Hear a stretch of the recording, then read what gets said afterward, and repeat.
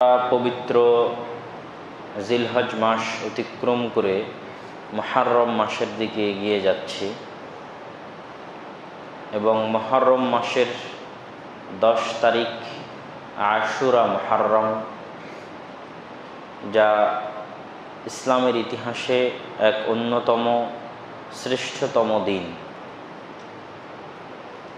সেই দিনকে লক্ষ্য করে আজকে আমাদের বক্তব্যের বিষয়বস্তু আশুরা মুহররম। আশুরা শব্দের অর্থ হচ্ছে দশম। যেমন আমরা বলি প্রথম, দ্বিতীয়, তৃতীয়, চতুর্থ, বলতে বলতে দশম, দশমতম দিন, 10 নম্বর দিন। তো আরবিতে 10 গণনা করার জন্য আশারা শব্দটি ব্যবহার হয়। আর সেই আশারাকে যখন 10th বা দশম করা হয়েছে, তখন আরবিতে সেটি আশুরা রূপ লাভ করেছে। তো আশুরা মুহররম মানে মুহররম মাসের 10 নম্বর দিন বা দশম দিন। এই দিন সম্পর্কে কোরআন এবং হাদিসে কি পাওয়া যায়? প্রথমত, এই দিনটি যে মাসে অবস্থিত সেই মাসটি একটি হারাম মাস, যা এই মাসের নামেই প্রমাণিত। মাসটির নাম হচ্ছে মুহররম। মুহররম মানে যা হারাম করা হয়েছে। যা হারাম করা হয়েছে তাকে আরবিতে বলা হয় মুহররম। যে কোনো কিছু যা হারাম করা হয়েছে তাকে আরবিতে তার অনুবাদ করলেই দাঁড়াবে মুহররম। তো মাসের নামটি প্রমাণ করছে যে এই মাস একটি হারাম মাস এবং পরপর 3টে হারাম মাস। মোট হারাম মাস হচ্ছে 4টে। আর এই 4টি হারাম মাস মানুষ নির্ধারণ করেননি, আল্লাহ নির্ধারণ করেছেন। 10 বছর, 15 বছর, 1400 বছর, 2000 বছর থেকে নির্ধারণ করেননি। যেই দিন থেকে আল্লাহ আসমান এবং জমিন সৃষ্টি করেছেন সেই দিন থেকে নির্ধারণ করেছেন। পবিত্র কোরআনে আল্লাহ সুবহানাহু ওয়া তাআলা বলেন, ইন্না ইদ্দাতাশ শুহুরি ইনদাল্লাহ 12 শাহরা। আল্লাহর নিকটে মাসের গণনা 12টি। মানুষের নিকটে 12টি এটা বলেননি, মাসের গণনা আল্লাহর নিকটেই 12টি। ফি কিতাবিল্লাহ, আল্লাহ যে তাকদীরের কিতাব লিখেছেন লাওহে মাহফুজ, আল্লাহর কিতাবেই মাসের গণনা 12টা। কবে থেকে? ইয়াউমা খালাকাস সামাওয়াতি ওয়াল আরদ, যেই দিন থেকে আল্লাহ আসমান এবং জমিন সৃষ্টি করেছেন সেই দিন থেকে। যেদিন থেকে আসমান এবং জমিন সৃষ্টি হয়েছে সেদিন থেকে আল্লাহর কিতাবে মাসের গণনা 12টা। মিনহা আরবাআতুন হুরুম, আর এই 12টি মাসের মধ্যে 4টি হচ্ছে হারাম মাস। ফালা তাজলিমু ফিহিন্না আনফুসাকুম, এই 4টি হারাম মাসে তোমরা তোমাদের উপর জুলুম করিও না। জুলম মানে গুনাহ, অত্যাচার। হয় মানুষ অন্যের উপর অত্যাচার করে গুনাহ করে, আর না হয় নিজের উপর অত্যাচার করে গুনাহ করে। তো নিজের উপর অত্যাচার, সেটা গান শোনা থেকে শুরু করে যত রকমের দুনিয়াতে অপরাধ আছে সব হচ্ছে নিজের নাফসের উপর অত্যাচার। আর মানুষের যেটা ক্ষতি করছেন সেটা হচ্ছে মানুষের উপর অত্যাচার। তো দুটিই হচ্ছে অত্যাচার, একটি নিজের নাফসের উপর আর একটি মানুষের উপর। তো এই হারাম মাসগুলোতে তোমরা নিজের উপর অত্যাচার করিও না। এই আয়াতের ব্যাখ্যায় সকল মুফাসসিরিনে কেরাম এবং মুহাদ্দিসিনে ইজাম একমত পোষণ করেছেন যে এমনিতেই তো নিজের উপর অত্যাচার করা হারাম, মানুষের উপর অত্যাচার করা হারাম। তো আল্লাহ আলাদাভাবে কেন বললেন তোমরা এই 4 মাসে নিজের উপর অত্যাচার করিও না? তথা অন্য মাসে গুনাহ করলে যা গুনাহ হবে, এই 4 মাসে গুনাহ করলে তার চেয়ে বেশি গুনাহ বলে গণ্য হবে। এটি হচ্ছে এই 4 মাসের সম্মান।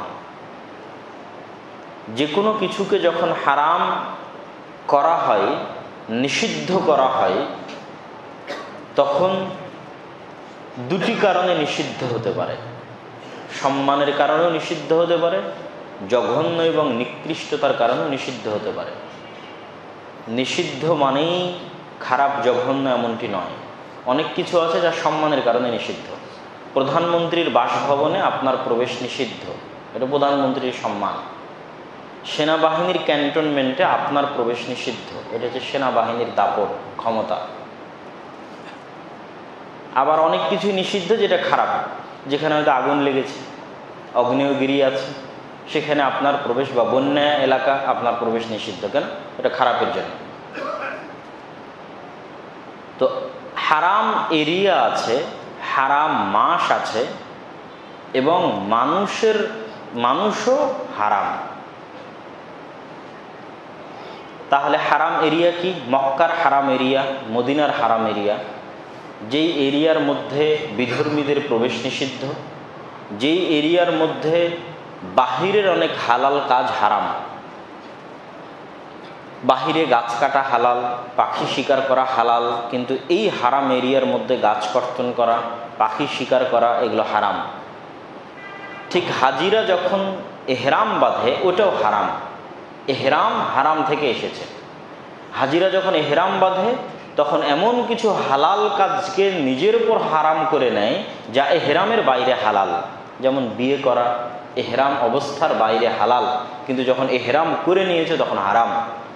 নখ কর্তন করা, চুল কর্তন করা, স্ত্রীর সাথে সহবাস করা, বিভিন্ন অনর্থক গল্প গুজব করা ইত্যাদি আরও যা আছে, তো এগুলো তার যখন এহরামের বাহিরে আছে তখন হালাল, কিন্তু যখন এহরাম অবস্থায় আছে তখন সেটা হারাম।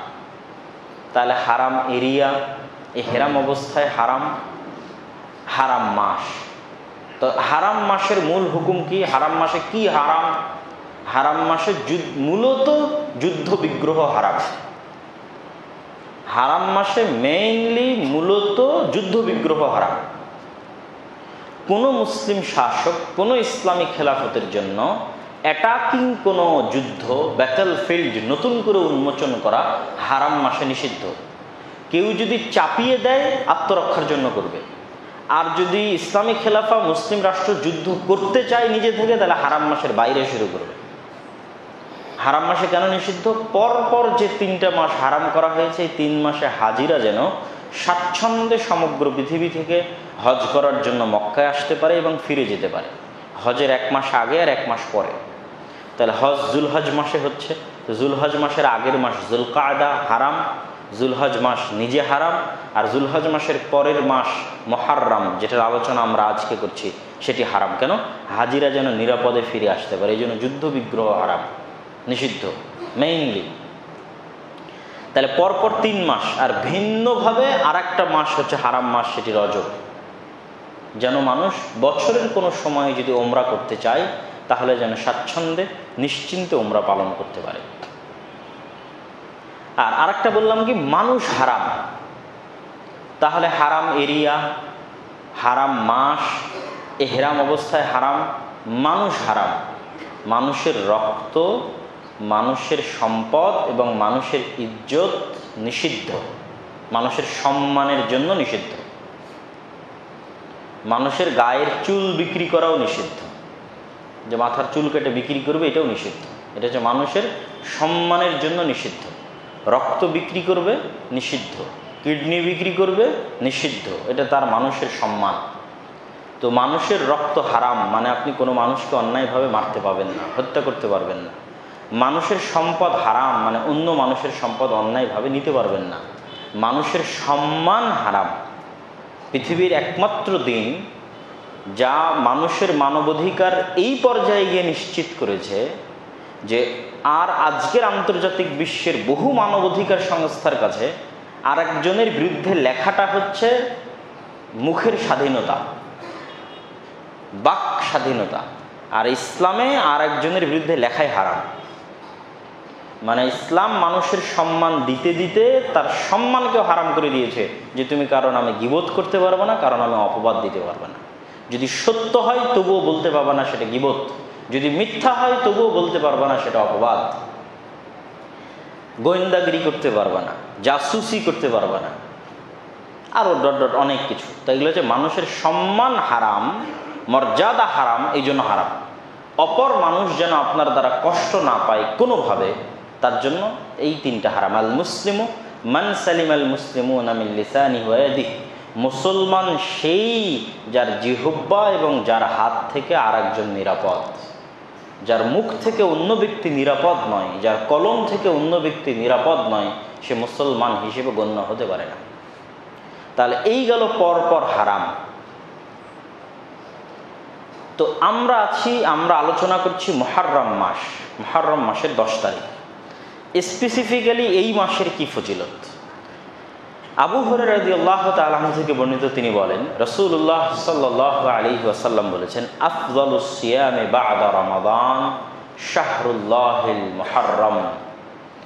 রমজানের পরে আল্লাহ সুবহানাহু তাআলার নিকটে সর্বোত্তম সিয়াম হচ্ছে আল্লাহর মাস মুহররম মাসের সিয়াম। রমজানের পরে আল্লাহ সুবহানাহু তাআলার নিকটে সর্বোত্তম সিয়াম হচ্ছে আল্লাহর মাস মুহররম মাসের সিয়াম। মুহাদ্দিসগণ যদিও বলছেন এই হাদিসের বাহ্যিক দিক প্রমাণ করে যে পুরো মুহররম মাসে সিয়াম পালন করা যেতে পারে মানুষ চাইলে, ঠিক যেমন শাবান মাস। তবে রাসূল সাল্লাল্লাহু আলাইহি ওয়াসাল্লাম কিছুদিন বাধ্যগত আর কিছুদিন সুন্নাত ও নফল হিসেবে সিয়াম পালন করেছেন, সেটি মুহররমের 10 তারিখ। তো আব্দুল্লাহ ইবনে আব্বাস রাদিয়াল্লাহু তাআলা আনহু থেকে বর্ণিত, তিনি বলেন লাম্মা কাদিমান নবী সাল্লাল্লাহু আলাইহি ওয়াসাল্লাম, যখন আল্লাহর নবী মদিনায় আসলেন হিজরত করে, তো ইয়াসুমুনা ইয়াওমান ইয়ানি আশুরা, তো তিনি ইহুদিদেরকে দেখলেন যে তারা একদিন সিয়াম পালন করে, সেই দিনটি হচ্ছে আশুরার দিন, মুহররম মাসের 10 নম্বর দিন। তো আল্লাহ নবী ইহুদিদেরকে এই দিন সম্পর্কে জিজ্ঞেস করলে তারা বললেন, হাদা ইয়াউমুন আযীম নাজ্জাল্লাহু ফীহি মূসা ওয়া আগরাকা আলা ফিরআউন। আসলে এই দিনটি পৃথিবীর ইতিহাসের এক মহানতম দিন, যেই দিনে আল্লাহ সুবহানাহু তাআলা মূসা আলাইহিস সালাতু ওয়াস সালামকে নাজাত দিয়েছিলেন আর ফিরআউন এবং তার সেনাবাহিনীকে সমুদ্রের অতল গহ্বরে ডুবিয়ে হত্যা করেছিলেন। তথা নাজাতে মূসার দিন আর ফিরআউনের ধ্বংস ও পতনের দিন। ফাসামা মূসা শুকরান লিল্লাহ। তো এই দিনে তারপর থেকে প্রত্যেক বছর মূসা আলাইহিস সালাতু ওয়াস সালাম সিয়াম পালন করতেন আল্লাহর শুকরিয়া আদায় করার জন্য, যে এই দিনে আল্লাহ সুবহানাহু ওয়া তাআলা আমাকে ফিরআউনের মতো পৃথিবীর ইতিহাসের এক ভয়ঙ্করতম ভয়াবহতম শাসকের কবল থেকে মুক্তি দিয়েছেন, তাও সম্পূর্ণ আল্লাহর দয়ায়, আমার কোনো শক্তি ক্ষমতায় নয়। তো এই জন্য আল্লাহ সুবহানাহু ওয়া তাআলার শুকরিয়া আদায় স্বরূপ আমি এই দিনে সিয়াম পালন করব। ফাসামা মূসা শুকরান লিল্লাহ। তো মূসা আলাইহিস সালাতু ওয়াস সালাম সিয়াম পালন করতেন আল্লাহর শুকরিয়া আদায় করার জন্য। তখন মুহাম্মদ সাল্লাল্লাহু আলাইহি ওয়াসাল্লাম বললেন, আনা আউলা বিমূসা মিনহুম, আমি মূসার শুকরিয়া আদায়করণের বেশি হকদার তোমাদের চাইতে। তোমরা যারা ইহুদি আছো তাদের চাইতে আমি মুহাম্মদ সাল্লাল্লাহু আলাইহি ওয়াসাল্লাম বেশি হকদার যে মূসা আলাইহিস সালামের খুশিতে খুশি হব আর মূসা আলাইহিস সালামের দুঃখে দুঃখ পাব। ফাসামাহু ওয়া আমারা বিসিয়ামি, রাসূল সাল্লাল্লাহু আলাইহি ওয়াসাল্লাম সিয়াম রাখলেন এবং সিয়াম রাখার আদেশ দিলেন, তথা সিয়াম এটা ফরজ হয়ে গেল। এবং এই সিয়াম যে কিছুদিন ফরজ ছিল তার প্রমাণে আয়েশা রাদিয়াল্লাহু তাআলা আনহা বলেন, عن عائشة رضي الله تعالى عنها قالت كانت قريش تصوم عاشوراء। আয়েশা রাদিয়াল্লাহু তাআলা আনহা বলছেন, জাহিলি যুগেও মানুষ আশুরার সিয়াম পালন করত, ফিল জাহিলিয়া, জাহিলি যুগে। ওয়া কানা নবী সাল্লাল্লাহু আলাইহি ওয়াসাল্লাম ইয়াসুমুহু, আল্লাহর নবীও জাহিলি যুগে, মাক্কি যুগে, মক্কা থেকে হিজরত করার পরে এই দিনে সিয়াম পালন করতেন। কিন্তু ফালাম্মা হাজারা, যখন তিনি হিজরত করলেন মদিনায় আর ইহুদিদের নিকট থেকে কারণটা জানলেন, আমারা বিসিয়ামিহ, তখন তিনি মুসলমানদেরকে এই দিনে সিয়াম পালনের ওপেন আদেশ দিলেন। কিন্তু লাম্মা ফারাদাল্লাহু সুবহানাহু তাআলা শাহরা রমাদান, যখন আল্লাহ সুবহানাহু তাআলা রমাজানের সিয়ামকে ফরজ করে দিলেন, পুরো এক মাস সিয়াম পালনকে উম্মতে মুহাম্মাদির জন্য ফরজ করে দিলেন, তখন রাসূল সাল্লাল্লাহু আলাইহি ওয়াসাল্লাম বললেন, মান শাআ সামাহু ওয়া মান শাআ তারাকাহু। আর এক হাদিসে আছে যে আল্লাহ সুবহানাহু ওয়া তাআলা যখন রমাজানের সিয়াম ফরজ করে দিলেন, তখন রাসূল সাল্লাল্লাহু আলাইহি ওয়াসাল্লাম বললেন, এটা ইয়াউমুম মিন আইয়ামিল্লাহ, আশুরার এই দিনটা আল্লাহর দিনগুলোর একটি দিন। তোমরা চাইলে এই দিনে সিয়াম পালন করতে পারো, তোমরা চাইলে এই দিনে সিয়াম ছাড়তে পারো। এই গেল আশুরার দিনের যে সংক্ষিপ্ত ইতিহাস। তো এই সংক্ষিপ্ত ইতিহাস বলতে গিয়ে এতটুকু আমাদের অবশ্যই বলতে হয় যে আশুরার দিন আমাদের দেশে যেই হিসেবে পালিত হয়ে থাকে এবং যেই হিসেবে উদযাপিত হয়ে থাকে, রাষ্ট্রীয় টিভি চ্যানেল থেকে শুরু করে, পেপার পত্রিকা থেকে শুরু করে, ফেসবুক ইউটিউব থেকে শুরু করে সাধারণ জনগণের মধ্যে, সেটি হচ্ছে এই দিনে হোসাইন রাদিয়াল্লাহু তাআলা আনহু কারবালার প্রান্তরে শহীদ হয়েছিলেন। এই কারণে এই দিনে তারা শোক মিছিল, তাজিয়া মিছিল, আরবিতে তাজিয়া শব্দের অর্থ হচ্ছে শোক, তো তাজিয়া মিছিলকে বাংলায় বলা হচ্ছে শোক মিছিল। এমনকি এই শোক পালনের জন্য তারা নিজের উপর জুলুম করে, আর এই নিজের উপর জুলুম করাটা আল্লাহর সরাসরি কোরআনের ওই আদেশের বিরোধী। যে আয়াতটা দিয়ে আজকের বক্তব্য আমরা শুরু করেছি, যে আয়াতে আল্লাহ বলছেন যে 4টা মাস আমি হারাম করেছি, তার একটা মাস মুহররম, এই মাসগুলোতে তোমরা নিজেদের উপর জুলুম করিও না। আল্লাহর সরাসরি এই আদেশের বিরুদ্ধে গিয়ে একদল মানুষ নিজেদের উপর জুলুম করে। এবং আমি নিজে চোখে যখন ভারতের বানারসে অবস্থান করতাম, তখন এই ভয়াবহ দৃশ্যগুলো দেখেছি, যে হাজার হাজার মানুষ কীভাবে রাস্তায় বের হয়ে চিকন চিকন কাঁচির মতো, ব্লেটের মতো ধারালো সেগুলোকে তারের সাথে বেঁধে হাই হোসাইন বলে নিজের পিঠকে ছুরি দিয়ে, নিজের মাথাকে ইত্যাদিকে কেটে কিভাবে রক্ত প্রবাহিত করছে, এবং এটাকে বীরত্বের কারণ মনে করছে। যে যত বেশি এই কাজে বীরত্ব দেখাতে পারছে, নিজেকে যে যত কষ্ট দিতে পারছে, সে যেন হোসাইন রাদিয়াল্লাহু তাআলা আনহুকে সবচেয়ে বেশি ভালোবাসে, বা আলে বাইতকে সবচেয়ে বেশি ভালোবাসে। তো এই যে আশুরার দিনের এই বিভ্রান্তি সম্পর্কে কিছু তথ্য আমাদের জানা থাকা দরকার, এবং এই দিনের যে প্রকৃত ইতিহাস, যেটা হাদিস থেকে আমরা জানলাম, সেটাও আমাদের জানা থাকা দরকার। তো এই বিভ্রান্তি সম্পর্কে কিছুক্ষণ বলি। এই বিভ্রান্তির মূল ভিত্তিটা হচ্ছে আলে বাইতের প্রতি মহাব্বত। আলে বাইত মানে বাড়ি, বাইতুন নবী মানে নবীর বাড়ি।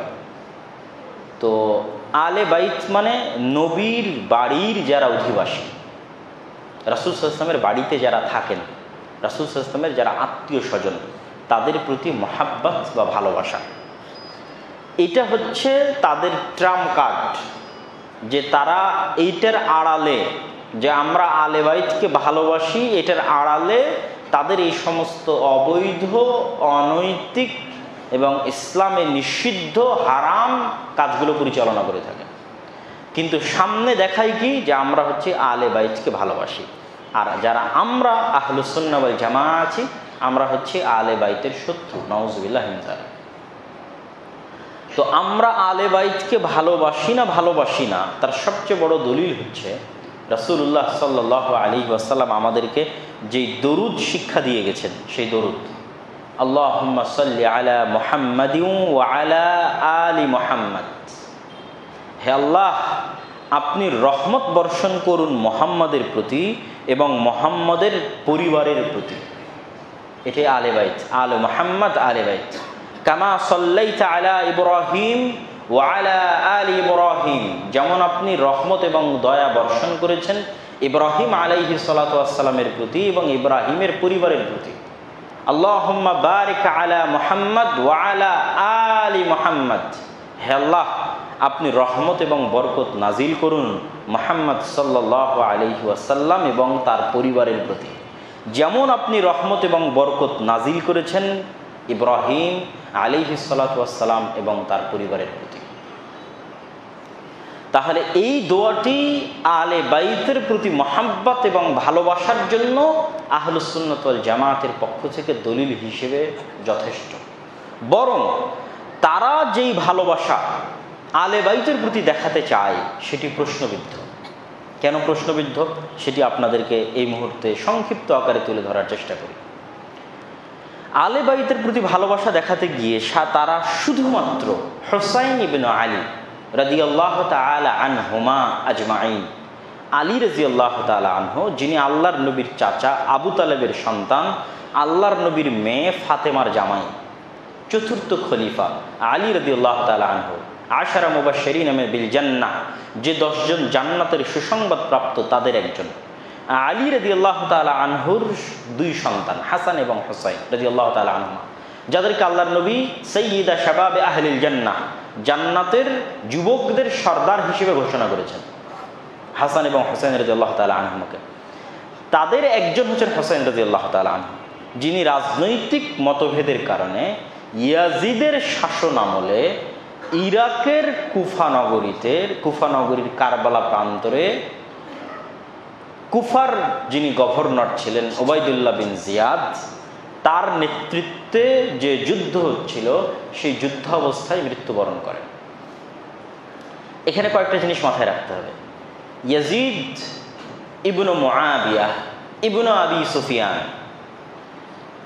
বা উমাইয়া খেলাফত, তাদের দারুল হুকুমাহ, তাদের রাজধানী হচ্ছে সিরিয়ার রাজধানী দামেস্ক। যেমন আমাদের বাংলাদেশের রাজধানী হচ্ছে ঢাকা। হ্যাঁ, আমার এরিয়াতে এই জিনিসটা সংঘটিত হচ্ছে, আমার পক্ষ থেকে আদেশ আছে তাকে যেন কুফায় প্রবেশ করতে না দেওয়া হয়, কিন্তু আমার পক্ষ থেকে এরকম কোনো আদেশ নাই যে তাকে হত্যা করতে হবে। তথা ইয়াজিদের পক্ষ থেকে এরকম কোনো আদেশের প্রমাণ পাওয়া যায় না যে সে হুসাইন রাদিয়াল্লাহু তাআলা আনহুকে হত্যার আদেশ জারি করেছিলেন।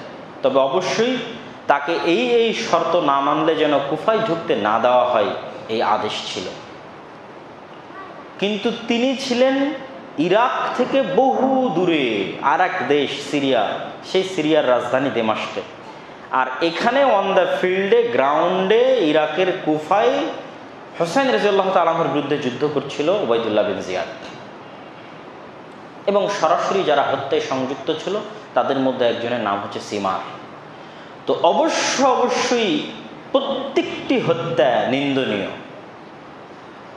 শুধু হুসাইন রাদিয়াল্লাহু তাআলা আনহুদের কথা নয়, আল্লাহ সুবহানাহু ওয়া তাআলা একজন মুমিন এবং মুসলিমের হত্যাকে কতটা ভয়াবহ রূপ দান করেছেন যে পুরো দুনিয়ার মানুষকে হত্যা করার সমান একজন মুসলমানের হত্যা করা অন্যায়ভাবে। আর একজন মানুষকে বাঁচিয়ে দেওয়া পৃথিবীর সকল মানুষকে বাঁচিয়ে দেওয়া। আর এক হাদিসে রাসূল সাল্লাল্লাহু আলাইহি ওয়াসাল্লাম বলেছেন, একজন মানুষকে অন্যায়ভাবে হত্যা করা কাবা ঘর ধ্বংস করার চাইতে বড় গুনাহ।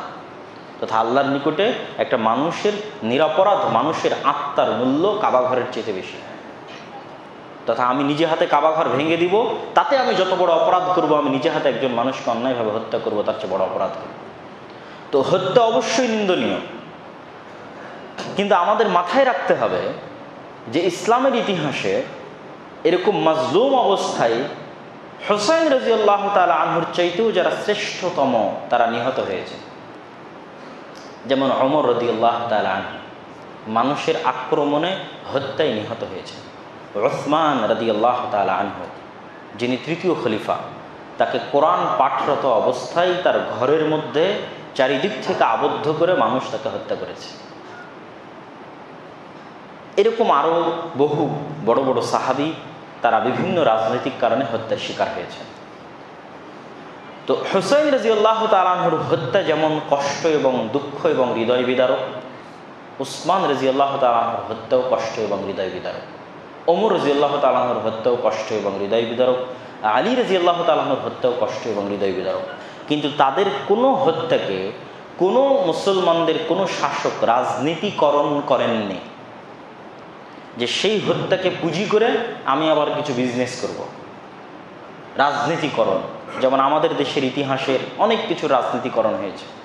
মুক্তিযুদ্ধের রাজনীতিকরণ হয়েছে, রাজনীতিকরণ হয়ে এখন বাংলাদেশের যারা সাধারণ নাগরিক তারা চাকরি পাবে মাত্র 40 থেকে 44%, আর নির্দিষ্ট কিছু মানুষ এবং তাদের সন্তানেরা, যারা দেশের হয়তো 100 ভাগ মানুষের 2% হতে পারে, তারা চাকরি পাবে দেশের 56%-এরও বেশি বা 56%-এর কাছাকাছি। এটা হচ্ছে কোনো একটা কিছুর রাজনীতিকরণ এবং বৈষম্য। তো ঠিক হুসাইন রাদিয়াল্লাহু তাআলা আনহুর হত্যাকে রাজনীতিকরণ করা হয়েছে এবং হুসাইন রাদিয়াল্লাহু তাআলা আনহুর হত্যাকে রাজনীতিকরণ করার পিছনের সবচেয়ে বড় উদ্দেশ্য হচ্ছে পারস্য বা ইরানের যে সাম্রাজ্য আছে তাদের নিজস্ব ইতিহাস এবং ঐতিহ্যকে টিকিয়ে রাখা। আলে বাইতের প্রতি ভালোবাসা নয়। আলে বাইতের প্রতি ভালোবাসা কেন নয় সেটাও আপনাদেরকে খুলে বলি। আলে বাইত যদি আলী রাদিয়াল্লাহু তাআলা আনহু মুহাম্মদ সাল্লাল্লাহু আলাইহি ওয়াসাল্লামের মেয়ে ফাতেমাকে বিবাহ করার জন্য, ফাতেমা রাদিয়াল্লাহু তাআলা আনহাকে বিবাহ করার জন্য আলে বাইতের অন্তর্ভুক্ত হন, তাহলে আল্লাহর নবীর আরেক সাহাবী উসমান রাদিয়াল্লাহু তাআলা আনহু, যিনি আল্লাহর নবীর 2 মেয়েকে বিবাহ করেছেন, রুকাইয়া এবং উম্মে কুলসুম রাদিয়াল্লাহু তাআলা আনহুমা, তাহলে তার সাথে কেন শত্রুতা? তাহলে তো এটা কোশ্চেন কালো আলে বাইতের প্রতি ভালোবাসা না। যিনি 1 মেয়েকে বিবাহ করলেন তার প্রতি সীমাহীন ভালোবাসা, আর যিনি 2 মেয়েকে বিবাহ করলেন তার প্রতি তার একটু বেশি ভালোবাসা হওয়া উচিত উসমান রাদিয়াল্লাহু তাআলা আনহুর প্রতি, কিন্তু তার প্রতি বিদ্বেষ। আর যদি আমি বলি রাসূল সাল্লাল্লাহু আলাইহি ওয়াসাল্লামের চাচা আবু তালেবের সন্তান হওয়ার জন্য আলী ইবনে আবি তালেব রাদিয়াল্লাহু তাআলা আনহু এবং তার পরবর্তী সন্তানদের প্রতি অত্যধিক ভালোবাসা থাকে, তা আবু তালেবের তো আরও সন্তান ছিল, যেমন জাফর ইবনে আবি তালেব। মুতার যুদ্ধে রাসূল সাল্লাল্লাহু আলাইহি ওয়াসাল্লাম যাকে সেনাপতি করেছিলেন এবং যিনি মুতার যুদ্ধে শহীদ হয়ে গেছিলেন, যার শাহাদতের খবর শুনে রাসূল সাল্লাল্লাহু আলাইহি ওয়াসাল্লামের মদিনায় 2 চোখ দিয়ে অশ্রু ঝরছিল। এবং রাসূল সাল্লাল্লাহু আলাইহি ওয়াসাল্লাম যখন মক্কায় অবস্থানরত তখন আবিসিনিয়ায় যেই কাফেলাগুলো হিজরত করেছিল, ইথিওপিয়ায় হাবাসায় যেই কাফেলাগুলো হিজরত করেছিল, ওই হিজরত করা কাফেলাগুলোর সর্দার ছিলেন জাফর ইবনে আবি তালেব। এবং হাবাসার বাদশার দরবারে মুসলমানদেরকে থাকার জায়গার ব্যবস্থা করে দেওয়ার যে আলোচনা মুনাজারা, সেটাতে নেতৃত্ব দিয়েছিলেন জাফর ইবনে আবি তালেব রাদিয়াল্লাহু তাআলা আনহু। তার সন্তানেরা তো আছে, তার সন্তানেরা কি আলে বাইতের অন্তর্ভুক্ত নয়? রাসূল সাল্লাল্লাহু আলাইহি ওয়াসাল্লামের শুধু একজন চাচা ছিলেন না যারা ইসলাম গ্রহণ করেছেন। রাসূল সাল্লাল্লাহু আলাইহি ওয়াসাল্লামের আরেক চাচা হামজা ইবনে আব্দুল মুত্তালিব, তিনি ইসলাম গ্রহণ করেছেন। রাসূল সাল্লাল্লাহু আলাইহি ওয়াসাল্লামের আরেক চাচা আব্বাস ইবনে আব্দুল মুত্তালিব রাদিয়াল্লাহু তাআলা আনহুমা, তিনিও ইসলাম গ্রহণ করেছেন। তো আব্বাস ইবনে আব্দুল মুত্তালিবের নিজের ছেলে হচ্ছে আব্দুল্লাহ বিন আব্বাস রাদিয়াল্লাহু তাআলা আনহু, যার অসংখ্য হাদিসের গ্রন্থে ঘুরে বেড়াচ্ছে। তো তারা কি আলে বাইতের অন্তর্ভুক্ত নয়? তাহলে রাসূল সাল্লাল্লাহু আলাইহি ওয়াসাল্লামের স্ত্রীরা কি আলে বাইতের অন্তর্ভুক্ত নয়? আল্লাহ সুবহানাহু ওয়া তাআলা নিজে কোরআন মাজিদে রাসূল সাল্লাল্লাহু আলাইহি ওয়াসাল্লামের স্ত্রীদেরকে আলে বাইতের অন্তর্ভুক্ত বলে ঘোষণা করেছেন। আল্লাহ সুবহানাহু ওয়া তাআলা কোরআন মাজিদে ইয়া নিসা আন-নবী লাসতুন্না কাআহাদিম মিনান নিসা, সূরা আহজাবের 32 এবং 33 নম্বর আয়াত। হে নবীগণ, হে নবীর স্ত্রীগণ, ইয়া নিসা আন-নবী, হে নবীর স্ত্রীগণ, তোমরা অন্য সাধারণ মহিলাদের মতো নও। তারপর আল্লাহ সুবহানাহু ওয়া তাআলা তাদেরকে আদেশ দিচ্ছেন পর্দা করবে, ঘর থেকে বের হবে না, দিয়ে শেষে কোরআনের আয়াতের শেষে ইন্নামা ইউরিদুল্লাহ লিইউযহিবা আনকুমুর রিজসা আহলাল বাইতি ওয়া ইতাহহিরাকুম তাতহীরা। আল্লাহ সুবহানাহু ওয়া তাআলা আহলুল বাইত, এতক্ষণ যে আলে বাইত আমরা শব্দ ব্যবহার করলাম সেটি আহলুল বাইত। আল্লাহ সুবহানাহু ওয়া তাআলা মুহাম্মদ সাল্লাল্লাহু আলাইহি ওয়াসাল্লামের পরিবারকে অপবিত্রতা থেকে পবিত্র করতে চান। ভালো অমন্দ কোনো জিনিস যেন তার পরিবারে প্রবেশ না করে, এই জন্য তিনি এই বিধান নাজিল করছেন তার স্ত্রীদের জন্য। এখানে আল্লাহ সুবহানাহু ওয়া তাআলা তার স্ত্রীদেরকে সরাসরি আহলুল বাইত বলে সম্বোধন করেছেন। তো আয়েশা রাদিয়াল্লাহু তাআলা আনহা কে? আল্লাহর নবীর স্ত্রী, উম্মাহাতুল মুমিনিন। কিন্তু আয়েশা রাদিয়াল্লাহু তাআলা আনহার প্রতি মন ভরা বিদ্বেষ, বুক ভরা হিংসা, আয়েশা রাদিয়াল্লাহু তাআলা আনহার নামে ছাগলকে প্রহার করা, আয়েশা রাদিয়াল্লাহু তাআলা আনহাকে মক্কা মদিনা বিজয় করতে পারলে তার কবর থেকে তুলে তার লাশকে আগুনে জ্বালিয়ে দেওয়া এবং আয়েশা রাদিয়াল্লাহু তাআলা আনহাকে গালি দেওয়া, আর মুখে মুখে বলবেন আপনি আলে বাইতকে ভালোবাসেন। তাহলে আপনি আলে বাইতকে ভালোবাসার ট্রাম্প কার্ড ব্যবহার করে কোনো দুরভিসন্ধি আপনার আছে যে রাজনীতি আপনি করতে চাচ্ছেন। সম্মানিত উপস্থিতি, এবার আসি মুআবিয়া রাদিয়াল্লাহু তাআলা আনহু এবং তার পিতা আবু সুফিয়ান। ইয়াজিদের জন্য আমাদের কোনো কথা নাই, আমরা ইয়াজিদের পক্ষেও না, আমরা ইয়াজিদের বিরুদ্ধেও না, আমরা ইয়াজিদের প্রশংসাও করতে চাই না, আমরা ইয়াজিদকে অভিশাপও দিতে চাই না। ইয়াজিদের যদি কোনো অপরাধ থাকে তার বিচার আল্লাহ সুবহানাহু ওয়া তাআলা কিয়ামতের মাঠে করবেন।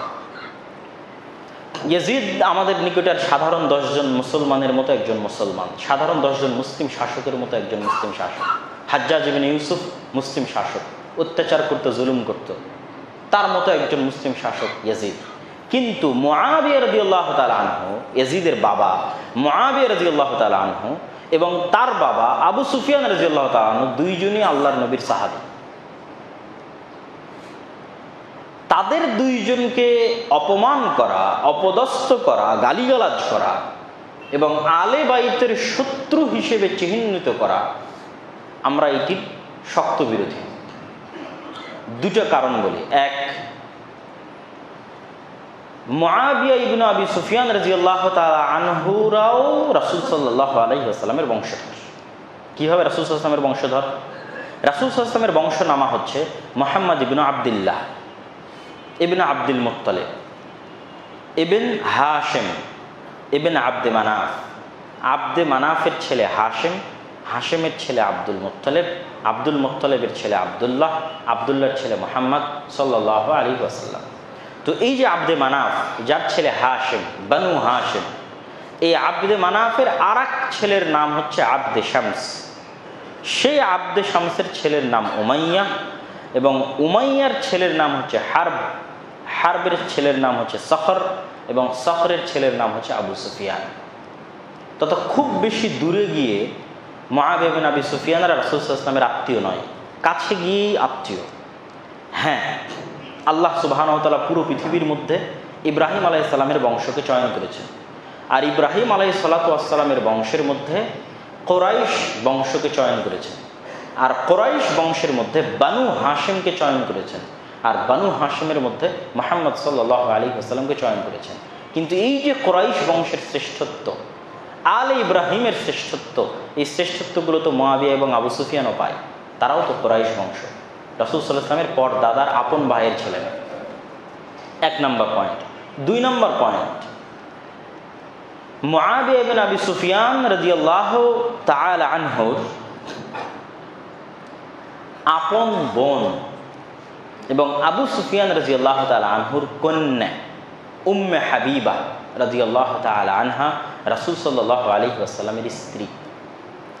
রাসূল সাল্লাল্লাহু আলাইহি ওয়াসাল্লামের স্ত্রী আবু সুফিয়ান রাদিয়াল্লাহু তাআলা আনহুর নিজ কন্যা এবং মুআবিয়া রাদিয়াল্লাহু তাআলা আনহুর নিজ বোন, রাসূল সাল্লাল্লাহু আলাইহি ওয়াসাল্লামের স্ত্রী। 3 নম্বর, তারা দুইজনই রাসূল সাল্লাল্লাহু আলাইহি ওয়াসাল্লামের সাহাবী। মুআবিয়া রাদিয়াল্লাহু তাআলা রাসূল সাল্লাল্লাহু আলাইহি ওয়াসাল্লামের সাহাবী, আবু সুফিয়ান রাদিয়াল্লাহু তাআলা রাসূল সাল্লাল্লাহু আলাইহি ওয়াসাল্লামের সাহাবী। তাহলে এই তিনটে সূত্র থেকে তারা সম্মানিত এবং তাদেরকে গালি দেওয়া, অপমান অপদস্থ করার কোনো সুযোগ নেই। একবার একজন সালাফকে জিজ্ঞেস করা হয়েছিল যে মানুষ ওমর ইবনে আব্দুল আজিজ রাদিয়াল্লাহু তাআলা আনহুর শাসন আমলকে বলে পঞ্চম খলিফায়ে রাশেদা। ওমর ইবনে আব্দুল আজিজ উমাইয়া খলিফার একজন শাসক, যার শাসনকাল তৎকালীন বিশ্বের শ্রেষ্ঠতম শাসনকাল ছিল। এই জন্য মানুষ তার শাসনকালকে নাম দিয়েছে পঞ্চম খলিফায়ে রাশেদা। চতুর্থ খলিফায়ে রাশেদা আলী রাদিয়াল্লাহু তাআলা, তার দীর্ঘদিন বিরতির পর পঞ্চম খলিফায়ে রাশেদা ওমর ইবনে আব্দুল আজিজ। তো তাহলে কি ওমর ইবনে আব্দুল আজিজ মুআবিয়া ইবনে আবি সুফিয়ানের চাইতে শ্রেষ্ঠ? এটা একজন শাসক, একজন আলেমকে জিজ্ঞেস করা হয়েছে, সালাফকে। তো তিনি উত্তরে বলছেন, শাসন আমল ওমর ইবনে আব্দুল আজিজের যতই শ্রেষ্ঠ হোক, ব্যক্তি হিসেবে ওমর ইবনে আব্দুল আজিজ মুআবিয়ার চাইতে এই জন্য শ্রেষ্ঠ নয় যে মুআবিয়ার একদিনের সিজদা যা তিনি রাসূল সাল্লাল্লাহু আলাইহি ওয়াসাল্লামের সাথে দিয়েছেন, তা ওমর ইবনে আব্দুল আজিজের সারা জীবনের আমলের চাইতে উত্তম হতে পারে। আল্লাহু আকবার। যে মুআবিয়া রাদিয়াল্লাহু তাআলা আনহু যে একটা সিজদা, একটি রাকাত, একটি ওয়াক্ত সালাত রাসূল সাল্লাল্লাহু আলাইহি ওয়াসাল্লামের সাথে আদায় করেছেন, তাকে নবী বিশ্বাস করে আদায় করেছেন, আল্লাহর প্রতি পূর্ণ বিশ্বাস রেখে আদায় করেছেন, পূর্ণ সাহাবী হয়ে আদায় করেছেন, তা ওমর ইবনে আব্দুল আজিজের সারা জীবনের আমলের চেয়ে বেশি হয়ে যেতে পারে আল্লাহর দাড়িপাল্লায়, আল্লাহ সুবহানাহু ওয়া তাআলার নিকটে। এবং রাসূল সাল্লাল্লাহু আলাইহি ওয়াসাল্লাম বলে গেছেন যে তোমাদের কারো উহুদ পাহাড়ের সমান স্বর্ণ দান করা আর রাসূল সাল্লাল্লাহু আলাইহি ওয়াসাল্লামের একজন সাহাবীর এক মুষ্টি আল্লাহর রাস্তায় দান করা সমপরিমাণ হওয়া কঠিন আছে। বরং তাদের ঈমান এবং তাদের আকীদা আমাদের চাইতে শ্রেষ্ঠ, তাদের বিশ্বাস, তাদের মর্যাদা আমাদের চাইতে শ্রেষ্ঠ, এটা আমাদের মানতে হবে। দুঃখজনক হলেও সত্য, দুঃখজনক হলেও সত্য যে পৃথিবীর আর অন্য দুটি দিন, ইহুদি ধর্ম এবং খ্রিস্টান ধর্ম, ইহুদি ধর্মের নবী মুসা আলাইহিস সালাতু ওয়াস সালাম আর খ্রিস্টান ধর্মের নবী ঈসা আলাইহিস সালাতু ওয়াস সালাম, তাদের যারা সাহাবি ছিল, যেমন ঈসা আলাইহিস সালামের সাহাবিদের বলা হতো হাওয়ারি, আর মুসা আলাইহিস সালামের সাহাবিরা হচ্ছে বানু ইসরাইল। তো তাদের যারা সাহাবি ছিল তাদেরকে তাদের পরবর্তী মানুষরা শ্রেষ্ঠতম মানুষ হিসেবে গণ্য করেছে আজ পর্যন্ত। আজ পর্যন্ত খ্রিস্টানরা তাদের স্কুল, কলেজ, বিশ্ববিদ্যালয়, রোড, রাস্তাঘাটের নামকরণ করে ঈসা আলাইহিস সালাতু ওয়াস সালামের 12 শ্রেষ্ঠতম হাওয়ারির নামে। তাহলে মুসা আলাইহিস সালাতু ওয়াস সালামের সাহাবীরা যদি ইহুদিদের নিকটে তাদের মানুষদের মধ্যে সর্বশ্রেষ্ঠ মানুষ হয়, ঈসা আলাইহিস সালাতু ওয়াস সালামের সাহাবীরা যদি, হাওয়ারিরা যদি খ্রিস্টানদের নিকটে তাদের মধ্যে সর্বশ্রেষ্ঠ মানুষ হয়, তাহলে এই নিকৃষ্ট রাফিজিদের নিকটে আমার নবী মুহাম্মদ সাল্লাল্লাহু আলাইহি ওয়াসাল্লাম কত খারাপ যে আমার নবীর সাহাবীরা তাদের নিকটে দুনিয়ার সবচেয়ে নিকৃষ্ট মানুষ। নাউযুবিল্লাহি মিন যালিক। এটা তো আমার নবীকে ছোট করা। যে আলী রাদিয়াল্লাহু তাআলা আনহু নিজে বলছেন যে রাসূল সাল্লাল্লাহু আলাইহি ওয়াসাল্লামের সাথে আমাদের যখনই সাক্ষাৎ হতো, যখনই কথা হতো, তার মুখ দিয়ে শুধু একটা বাক্যই বের হতো 99% সময়। কি সেই বাক্য? জিতু আনা ও আবু বকর ওয়া উমর, দাখালতু আনা ও আবু বকর ওয়া উমর, খারাজতু আনা ও আবু বকর ওয়া উমর। যে কোনো ঘটনা আল্লাহর নবী বলা শুরু করতেন, তার 99% সময় ঘটনার বাক্য এমন হতো যে আজকে আমি, আবু বকর আর ওমর ওখানে গেছিলাম, আজকে আমি আবু বকর আর ওমর এই কাজটা করেছি, আজকে আমি আবু বকর এবং ওমর এই বাড়ি থেকে বের হয়েছি। তথা মানুষের তো বিভিন্ন ঘটনা থাকে তার জীবনে। তো রাসূল সাল্লাল্লাহু আলাইহি ওয়াসাল্লামের সাথে যখনই সাক্ষাৎ হতো, তো কোনো কিছু যখন বলতেন, তখন 99% সময় এটা থাকতো যে আমি আবু বকর ওমর, আমি আবু বকর ওমর, আমি আবু বকর ওমর। তো যেই আবু বকর এবং ওমর 24 ঘন্টা রাসূল সাল্লাল্লাহু আলাইহি ওয়াসাল্লামের সাথে থাকলেন, সে আবু বকর ওমর যদি খারাপ হয়, তাহলে রাসূল সাল্লাল্লাহু আলাইহি ওয়াসাল্লাম তো ভালো হতে পারে না। তাহলে আজকের যারা রাফিজি, তাদের নিকটে যদি ওমর রাদিয়াল্লাহু তাআলা আনহু চিরশত্রু হয়, ঘৃণার পাত্র হয়, তাহলে অবশ্যই বাই ডিফল্ট আমার নবী মুহাম্মদ সাল্লাল্লাহু আলাইহি ওয়াসাল্লাম তার কাছে ঘৃণার পাত্র। নাউযুবিল্লাহি মিন যালিক। অতএব মুহাম্মদ সাল্লাল্লাহু আলাইহি ওয়াসাল্লামের নাতি হোসেন রাদিয়াল্লাহু তাআলা আনহুর প্রতি মাত্রাতিরিক্ত ভালোবাসা দেখানোর পিছনে অন্য কোনো রাজনীতি আছে, অন্য কোনো দুরভিসন্ধি আছে। নাহলে আল্লাহর নবীর এই সাহাবীদের প্রতি বিদ্বেষ কেন? সম্মানিত উপস্থিতি, সেই দুরভিসন্ধি এবং সেই রাজনীতির কথা আমরা আমাদের বহু বক্তব্যে তুলে ধরেছি। সেটি হচ্ছে জাতিগতভাবে পারস্যরা খুবই আত্ম অহমিকা সম্পন্ন জাতি। পারস্য মানে যারা ফার্সিতে কথা বলে, ফুরস, ফারিস, আহল ফারিস, পারস্য। তো ইসলাম পৃথিবীর যেখানেই প্রবেশ করেছে সেখানে ওই অঞ্চলের মানুষের ভাষা, সংস্কৃতি, কৃষ্টি, কালচার সব পরিবর্তন করে দিয়েছে। কোথায় আন্দালুস, স্পেন, মক্কা থেকে যদি ইরানের রাজধানীর দূরত্ব মাপা হয়, তাহলে মক্কা থেকে স্পেনের আন্দালুস অনেক বেশি দূর হবে, 2 ডবল 3 ডবল হবে। অথচ স্পেনে যখন ইসলাম গেছে, তখন স্পেনের মানুষ নিজের ভাষাই ভুলে গেছে। ওদের ভাষা কী ছিল সেটা ভুলে গেছে। আরবি হয়ে গেছে ওদের ভাষা, ইসলামের কৃষ্টি কালচার হয়ে গেছে ওদের কৃষ্টি কালচার। কিন্তু একমাত্র পারস্যরা ইসলামকে পরিপূর্ণরূপে, পূর্ণাঙ্গরূপে হৃদয়ঙ্গম করতে পারেনি মন থেকে।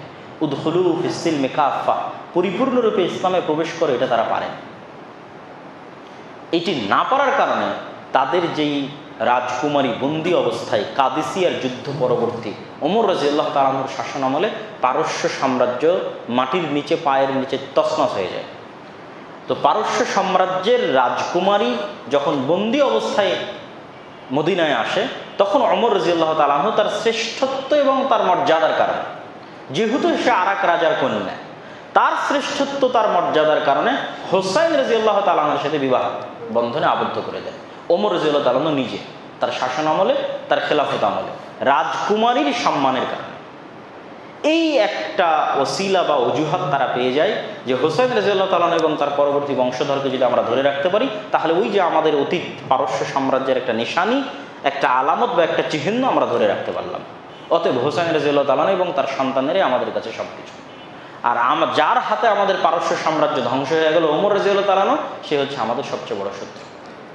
এইটা ছাড়া আর কোনো কারণ আমাদের জানা নাই। লজিক্যাল আর কি কারণ হতে পারে ওমর রাদিয়াল্লাহু তাআলা আনহুকে গালি দেওয়ার আর আয়েশা রাদিয়াল্লাহু তাআলা আনহাকে গালি দেওয়ার? আর তাদের সাথে শত্রুতা করা।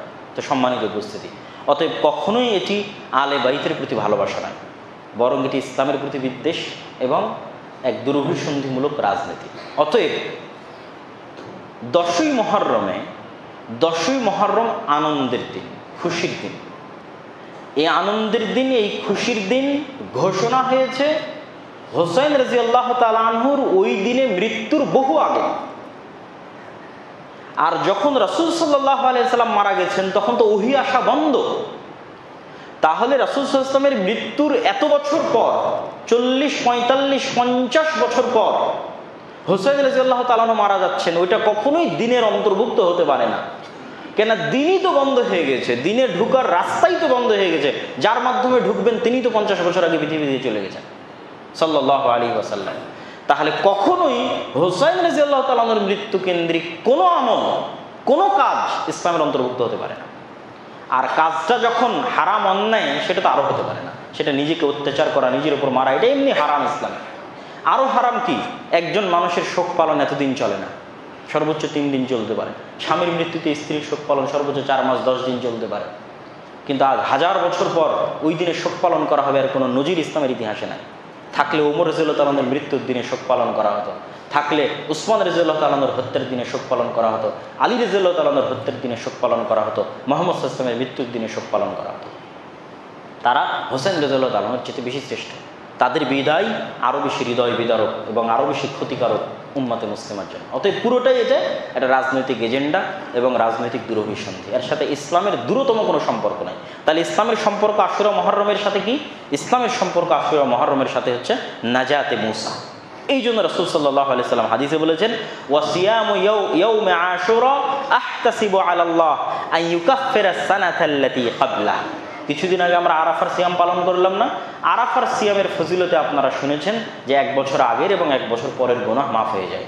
আর আশুরার সিয়ামের জন্য রাসূল সাল্লাল্লাহু আলাইহি সাল্লাম ওই হাদিসেই, যে হাদিসে আরাফার ফজিলতের কথা বলেছেন, ওই হাদিসেই বলেছেন যে আশুরা মুহররমের 10 তারিখের সিয়ামের জন্য আমি আল্লাহর কাছে আশা করি যে যে এই দিনে সিয়াম রাখবে তার অতীতের 1 বছরের গুনাহ আল্লাহ ক্ষমা করে দেবেন। তাহলে এই দিন হচ্ছে মুসা আলাইহিস সালাতু ওয়াস সালামের নাজাতের সাথে সম্পৃক্ত দিন। এবং রাসূল সাল্লাল্লাহু আলাইহি ওয়াসাল্লামের এরকমও আদেশ আছে, তিনি পালন করতে পারেননি, কিন্তু তিনি বলে গেছেন যে আগামী বছর যদি আমার পক্ষে বেঁচে থাকা সম্ভব হতো তাহলে আমি তার 1 দিন আগে অথবা 1 দিন পরে আরেকটি সিয়াম বাড়িয়ে নিতাম, যেন হুবহু ইহুদিদের অনুসরণ না হয়। ইহুদিরা এই দিনে সিয়াম পালন করে, এই দিনটা তাদের কাছে নাম হচ্ছে ইয়ম কিপ্পুর। একই দিন নাম ইয়ম কিপ্পুর, এই নামে তারা এই দিনে সিয়াম পালন করে। সম্মানিত উপস্থিতি, তাহলে এই সংক্ষিপ্ত আলোচনার মাধ্যমে আমাদের কাছে আশুরার সকল বিষয় পরিপূর্ণরূপে আমি স্পষ্ট করার চেষ্টা করেছি এবং আশুরা নিয়ে আমাদের সমাজে যে মতভেদ এবং বিভ্রান্তি রয়েছে সেটিও পরিষ্কার করার চেষ্টা করেছি এবং আবু বকর এবং ওমর রাদিয়াল্লাহু তাআলা আনহুর যে মর্যাদা এবং যে সম্মান সেটিও আপনাদের সামনে তুলে ধরার চেষ্টা করেছি। এবং রাসূল সাল্লাল্লাহু আলাইহি ওয়াসাল্লামের স্ত্রীরা, রাসূল সাল্লাল্লাহু আলাইহি ওয়াসাল্লামের অন্য চাচার ছেলেরা এবং তারা সকলেই যে রাসূল সাল্লাল্লাহু আলাইহি ওয়াসাল্লামের আলে বাইতের অন্তর্ভুক্ত সেটিও ফুটিয়ে তোলার চেষ্টা করেছি। এবং যারা আলে বাইতের প্রতি ভালোবাসার নামে হোসেন রাদিয়াল্লাহু তাআলা আনহুর প্রতি মাত্রাতিরিক্ত ভালোবাসা দেখাতে গিয়ে অন্য সাহাবীর প্রতি শত্রুতা স্থাপন করে, তাদের যে মুখোশ সেটি উন্মোচন করার চেষ্টা করেছি। বক্তব্যের শেষে বলতে চাই, আহলুস সুন্নাহ ওয়াল জামাআহ এই নামটার কারণটা কি? যখন ফিতনা শুরু হলো, ওসমান রাদিয়াল্লাহু তাআলা আনহুর হত্যার মাধ্যমে ফিতনা যখন শুরু হলো, তখন এই 2টা মানদণ্ডের উপর ভিত্তি করে সাহাবীরা ফিতনা থেকে বাঁচতেন এবং মানুষকে বাঁচতে বলতেন।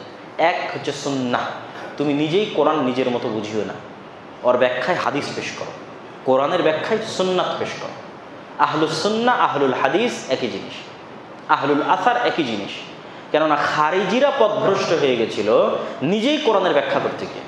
মাল্লাম ইয়াহকুম বিমা আনজালাল্লাহ ফাউলাইকা হুমুল কাফিরুন, যে আল্লাহর বিধান অনুযায়ী ফায়সালা করে না সব কাফের, দিয়ে তারা আলী রাদিয়াল্লাহু তাআলা আনহুকে কাফের বলে দিয়েছে, মুআবিয়া রাদিয়াল্লাহু তাআলা আনহুকে কাফের বলে দিয়েছে এবং তারা আদেশ জারি করেছে তাদের হত্যা করতে হবে। নাউজুবিল্লাহি মিন যালিক।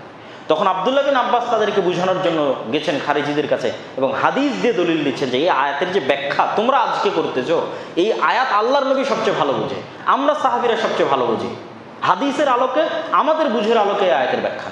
তাহলে গেল আহলুস সুন্নাহ। 2, এবার শিয়াদের যখন আবির্ভাব হলো, এরা মাত্র 5 জন সাহাবী বাদে বাকি সবকে ঘৃণার পাত্র বানিয়ে দিল। সালমান ফার্সি, আবু যার গিফারি, হাসান, হুসাইন, আলী রাদিয়াল্লাহু তাআলা আনহুম আজমাইন। এই 5 জন সাহাবীকে আমরাও ভালোবাসি, আমরাও শ্রদ্ধা করি, আমরাও সম্মান করি, এবং এটা সম্মান করা ঈমানের অংশ। আল্লাহর নবী নিজে বলে গেছে হাসান এবং হোসেন রাদিয়াল্লাহু তাআলা আনহু জান্নাতের যুবকদের সর্দার। আলী রাদিয়াল্লাহু তাআলা আনহুকে জান্নাতি আল্লাহর নবী নিজে ঘোষণা করে গেছেন। আলী রাদিয়াল্লাহু তাআলা আনহু চতুর্থ খলিফা, তিনি জান্নাতের সুসংবাদ প্রাপ্ত, তিনি আল্লাহর নবীর জামাই। অতএব তাদের সম্মানে আমরা কোনো কমতি করি না। কিন্তু এই 5 জনকে বাদ দিয়ে বাকি সব সাহাবীকে ছোট করা, অপমান করা, অপদস্থ করা, মুআবিয়াকে, আবু সুফিয়ানকে, আবু বকরকে, ওমরকে, আল্লাহর নবীর স্ত্রী আয়েশা রাদিয়াল্লাহু তাআলা আনহাকে, ওমর রাদিয়াল্লাহু তাআলা আনহুর কন্যা আল্লাহর নবীর স্ত্রী হাফসা রাদিয়াল্লাহু তাআলা আনহাকে, উসমান রাদিয়াল্লাহু তাআলা আনহুকে, যিনিও আল্লাহর নবীর জামাই, এক কন্যার নয় 2 কন্যার জামাই, তাদের প্রতি যে বিদ্বেষ, এটা কখনোই ইসলাম হতে পারে না। এই জন্য দ্বিতীয় পয়েন্ট দাঁড় করানো হয়েছে ওয়াল জামাআহ, আহলুস সুন্নতি ওয়াল জামাআহ। জামা মানে জামাতুস সাহাবা, সাহাবীদের জামাতকে ভালোবাসতে হবে, প্রত্যেকটা সাহাবীকে ভালোবাসতে হবে। এই দুটো মানদণ্ডের উপর আপনি এখন সঠিক আকীদা এবং আমলের উপর থাকতে পারবেন। 1, কোরআনের ব্যাখ্যা করবেন সুন্নাত দিয়ে। 2, কোনো সাহাবীর প্রতি বিদ্বেষ রাখবেন না, সব সাহাবীর প্রতি সম্মান এবং মর্যাদা এবং ভালোবাসা রাখবেন। তাহলেই আপনি সঠিক দিন এবং সঠিক আমলের উপর আছেন। আল্লাহ সুবহানাহু ওয়া তাআলা আমাদেরকে আশুরা মুহররমের সিয়াম পালন করার সুন্নাত অনুযায়ী তৌফিক দান করুক।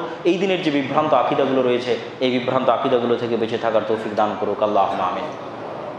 বক্তব্যের শেষে আপনাদের কাছে করজোড়ে অনুরোধ থাকবে যে আমাদের যে প্রকাশনীগুলো রয়েছে, যে বক্তব্যগুলো রয়েছে, যে লেখনীগুলো রয়েছে, সেগুলোকে মূল্যায়ন করার চেষ্টা করবেন।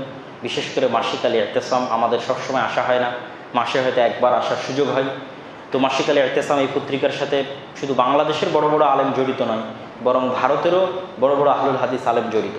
প্রায় 4 থেকে 5 জন ভারতের বড় পণ্ডিত, যারা জামিয়া সালাফে ডাঙ্গিপাড়া পবা রাজশাহীর শিক্ষক,